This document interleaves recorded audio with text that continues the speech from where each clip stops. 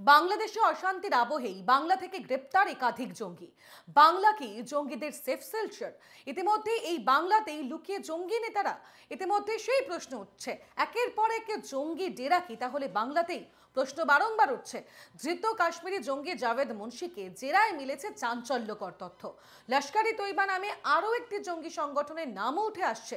সুন্দরবন সংলগ্ন এলাকায় transit camp নির্মাণের কাজ শুরু করে দিয়েছে জঙ্গিরা। বাংলাদেশ হয়ে সীমান্ত পেরিয়ে ভারতে ঢোকার সহজ পথ খুঁজছে তারা। বাংলার বেশ কিছু এলাকাকে বেছে নিয়েছে লস্করের জঙ্গিরা। তার মধ্যেই রয়েছে সুন্দরবনের হিঙ্গলগঞ্জ, ক্যানিং, গোসাবা, বাসন্তী এবং বসিরহাটের বেশ কিছু এলাকা। আমাদের সঙ্গে সরাসরি রয়েছেন আমাদের একেবারে ক্যানিং থেকে আমাদের অ্যাসিস্ট্যান্ট এডিটর ইলমাস সৈয়দ। যাবো ইলমাসের কাছে। ইলমাস, ইতিমধ্যে তুমি একেবারে জাভেদ মুন্সির সেই ডেরায় পৌঁছেছো এবং ইতিমধ্যেই বেশ কিছু বিষয় সামনে আসছে, অর্থাৎ এই জাল যে ক্রমশ ঘনীভূত হচ্ছে এবং তার বিস্তার কত দূর তার নাগাল পাওয়া অত্যন্ত কঠিন। কি কি খুঁজে পেলে, কি দেখলে যাওয়ার পর? দেখো, যাওয়ার পর প্রথমেই আমরা যা দেখলাম তা হচ্ছে যে জাভেদ মুন্সি প্রথম এখানে কেন এসেছিল। জাভেদ মুন্সি এখানে এসেছিল, যেদিন এসেছিল সেদিনই গ্রেফতার হয়ে যায়, কারণ জাভেদ মুন্সি একটি আইডেন্টিফাইড নাম্বারে ফোন করেছিল। সে তার এনক্রিপ্টেড ফোন ব্যবহার করেনি, সেটা দেখেই জম্মু কাশ্মীর পুলিশ তাকে ট্র্যাক করে, এসটিএফ জম্মু কাশ্মীর পুলিশ তাকে গ্রেফতার করে। কিন্তু জাভেদ মুন্সি 2021 সালেও এখানে এসেছিল। জাভেদ মুন্সি হিজবুল এবং লস্কর এদের সঙ্গে কন্ট্যাক্ট রাখতো। হিজবুল, লস্কর এই মুহূর্তে বাংলাদেশে। আমরা যেখানে দাঁড়িয়ে রয়েছি, আমরা যেদিকে যাচ্ছি, এই পথ দিয়ে বাংলাদেশ যাওয়া যায় এবং এটাই ছিল জাভেদের কাজ। জাভেদ লস্কর এবং তার পাকিস্তানি হ্যান্ডলারদের কাছ থেকে সুন্দরবনে একটি ট্রানজিট ক্যাম্প বানানোর চেষ্টা করছিল। লস্করের ট্রানজিট ক্যাম্প এমনটাই স্বীকারোক্তিতে বেরিয়ে এসছে, জাভেদের ইন্টারোগেশনে এমনটাই বেরিয়ে এসছে। কোন পথে তারা ঢুকতো? আমার সঙ্গে রয়েছেন counter terrorism expert R K. Srivastava sir, उसी रास्ते पे चल रहे हैं जिसी रास्ते पे बांग्लादेश होके यहाँ टेररिस्ट आते हैं। कुमीरमारी, ये कुमीरमारी बोला जा रहा है एक ट्रांजिट कैंप बनाने का प्लान था। अब ओवर टू यू सर।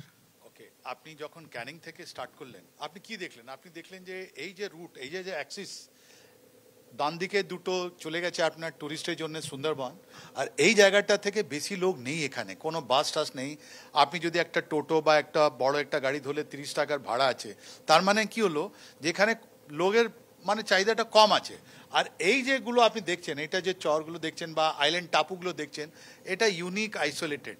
তার মানে হলো কোনো একটা জায়গা, কোনো একটা বাড়িতে যদি আপনি 10 জন থাকে বা 15 জন থাকে, ওরা কি প্রিচিং করছে, কি ইন্ডক্ট্রিনেশন করতে আপনি একদম বিলকুল জানতে পারবেন না। Totally isolated. আমার তো মনে হয় না কি এখানে ইলেকট্রিক তো ওয়্যার দেখছি আমি, সোলার পাওয়ার হতে পারে এখানে, কিন্তু এটা জায়গাটা খুব আইডিয়াল। আর এখানে এসে আপনি রেস্ট অ্যান্ড রিকুপ করুন, ট্রেনিং করুন, ইন্ডক্ট্রিনেট করুন, প্ল্যান করুন। এরকমই জিনিস ছিল কাসাবের সঙ্গে, জানেন, এরকমই জায়গা আইডিয়াল ফর হাইডিং। আমি জানিয়ে দিই, কর্নেল শ্রীবাস্তব তিনি সেই সময় যখন তিনি সামরিক বাহিনীতে ছিলেন, বম্বে ব্লাস্টস আজমল কাসাবের ইন্টারোগেটর ছিলেন শ্রীবাস্তব সাহেব। স্যার, আপনি গুলশনের সঙ্গে কথা বলেছেন সকালে, আপনি নিসারের সঙ্গে কথা বলেছেন।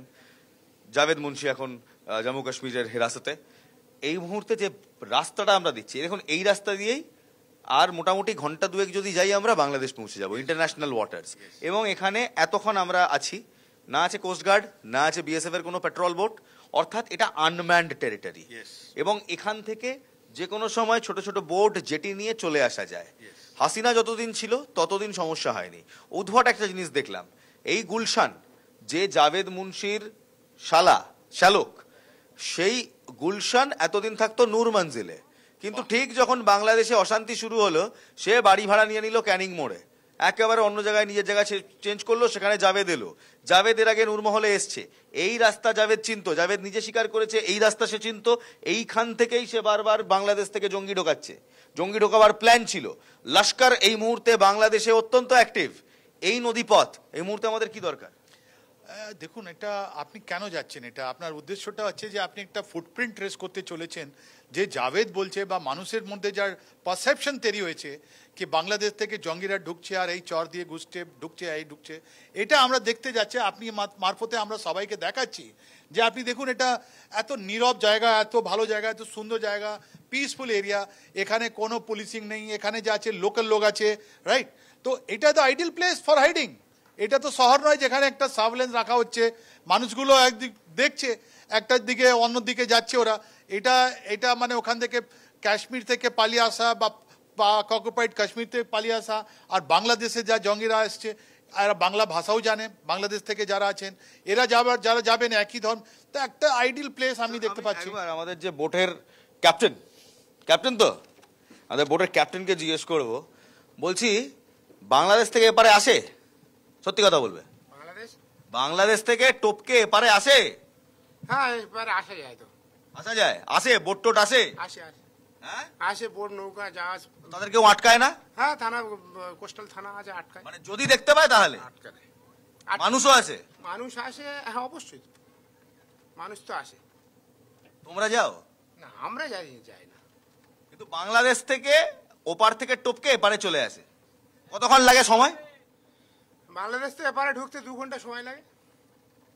মাত্র 2 ঘন্টা সময় লাগে বাংলাদেশ থেকে এপারে আসতে। আমি জানি রাজশেখরের একটু অসুবিধা হচ্ছে, খুব ছোট বোট। স্যার আমিও বলবো বসে পড়তে, কারণ বোট রীতিমতো দুলছে। বাংলাদেশ থেকে এখানে আসতে 2 ঘন্টা সময় লাগে, অর্থাৎ 2 ঘন্টা একটা ছোট বোট ভাড়া করে কোনো রকম পেট্রোল ছাড়া এই রাস্তায় নদীপথে চলে আসে। আমাদের বোটের যে সারথি তিনিও বললেন যেটা এখানে হয় আজমাল কাসাব, এইরকমই একটি কুবের, ভেহিকেলটার নাম ছিল Kuber, MV Kuber, merchant vehicle Kuber. সেই কুবের ভাড়া করে ঢুকেছিল কিন্তু বম্বেতে। আপনি ইন্টারোগেট করেছিলেন, সিমিলারিটি দেখছেন? লস্কর, হিজবুল, এদের যে অপারেশন সিমিলারিটি দেখছেন? দেখুন, আরও আমি বলতে পারবো যে জলপথ নিয়ে জানেন, এই যে আমাদের সন্ত্রাসবাদী সংগঠন আছে, ওরা অনেক এলটিটি ভুলে গেছেন আপনি? এলটিটি শ্রীলঙ্কার ইন্ডিয়ার মধ্যে এলটিটির মতন লোক, ওরা ঢুকে আমাদের প্রধানমন্ত্রীকে মারলো। ওরা জলপথে একেবারে ওয়াটারওয়েজ। আপনি দিওয়ার পিকচার মনে আছে? ওখানে স্মাগলিং হতো, এই যে একটা আধেক অমিতাভ বচ্চন গিয়ে ওখান থেকে সোনা নিয়ে আসতো, তা আমরা দেখলাম সিনেমাতেও। তারপর আপনি কাসাবকে দেখলেন 1999 এমবি, আপনি তো নিজেই বলছেন দ্য মিড ভেসেল, আপনি কি করে ওরা মিড সিতে ওরা কি করে ওদেরকে নিল, আর তারপরে ওরা মুম্বাইতে আপনার এসছে ওরা।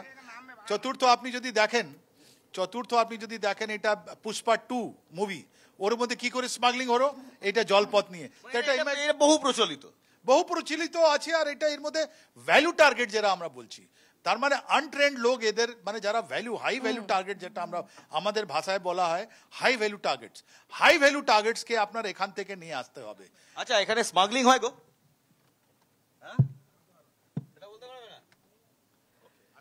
এখানে মানুষগুলো কি বলছেন একেবারে, অর্থাৎ বোঝাই যাচ্ছে যে এবার জলপথকে ব্যবহার করতে হয়তো চাইছে এই জঙ্গিরা, এবং সেক্ষেত্রে দাঁড়িয়ে কতটা বিপজ্জনক এবং গোটা পরিস্থিতিতে যথেষ্ট উদ্বেগের তা বলাই বাহুল্য। এবং আমরা অবশ্যই নজর রাখবো যে গোটা বিষয়টি কোন দিকে এগোচ্ছে। আমাদের অ্যাসিস্ট্যান্ট এডিটর ইলমা সৈয়দ সেখানে রয়েছেন, এবং সেখানে যে এনকাউন্টার বিশেষজ্ঞ তিনি এক্সপার্ট তিনি সেখানে রয়েছেন। অর্থাৎ গোটা ছবিটা আমাদের সামনে বারবার উঠে আসছে, যা কিছুটা হলেও কিন্তু উদ্বেগের প্রকাশ ঘটাচ্ছে। ইলমাজ, আপাতত ধন্যবাদ তোমাকে।